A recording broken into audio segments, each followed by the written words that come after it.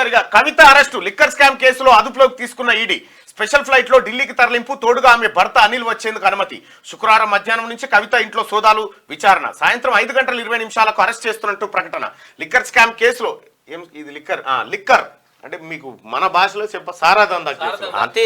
సారాదందా కేసులో BRS MLC Kalvakuntla కవితను enforcement directorate arrest చేసింది.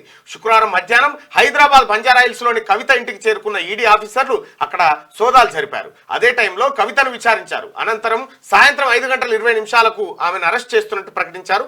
కవితను అరెస్ట్ చేస్తున్నామని తెలియజేస్తూ ఆమె భర్త అనిల్ కు ఈడీ అసిస్టెంట్ డైరెక్టర్ జోగేందర్ రాతపూర్వకంగా సమాచారం ఇచ్చారు. ఎందుకు అరెస్ట్ చేస్తున్నామో వివరిస్తూ 14 పేజీల నోట్ను కవితకు అందజేశారు. ఆమె సిట్టింగ్ ఎమ్మెల్సీ కావడంతో అరెస్ట్ విషయాన్ని మండలి చైర్మన్ కూడా తెలియజేశారు. కవితను ఢిల్లీ తరలించేందుకు ఎయిర్పోర్ట్ వరకు ఎస్కాట్ ఇవ్వాలని, రోడ్డు క్లియర్ చేయాలని లోకల్ పోలీసులను కోరారు. దీంతో కేంద్ర రాష్ట్ర బలగాలు కవిత ఇంటి వద్దకు చేరుకున్నాయి. రాత్రి 7:30 టైంలో కవితను ఎయిర్పోర్ట్ కు తీసుకెళ్లిన ఈడీ అధికారులు అక్కడి నుంచి స్పెషల్ ఫ్లైట్ లో ఢిల్లీకి తరలించారు. ఇది వ్యవహారం సార్ నిన్న జరిగినటువంటిది. సో కవిత అరెస్టు సరే ఇవాళ శుక్రవారం రోజుగా చేస్తారంటే మంగళ గౌరిని శుక్రవారం రోజే గౌరవించుకున్నది. అసలు రాజకీయ ప్రత్యర్థులను బీఆర్ఎస్ ఏ రోజున అరెస్ట్ చేసింది? అందరినీ మొత్తం శుక్రవారం నాడు ఈవినింగ్, శుక్రవారం మధ్యాహ్నం నాడే అరెస్ట్ చేసినారు.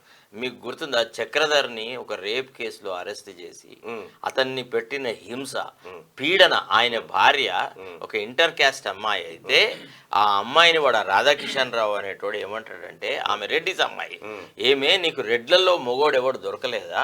నువ్వు ఒక బలహీన వర్గాలు బీసీ గాడిని గౌడు గాని చేసుకుంటావే అని చెప్పి, అంటే కులం, మతం, అన్ని రకాలుగా మురళీధర్ రావు అనేటోడు వీడు వాడు మొత్తం ఏదో ముఠా. అదే వీళ్ళంతా ఒక గ్రూప్ గా చేసినారు. తర్వాత అందరూ వెల్మ ఆఫీసర్లే తెలుసా.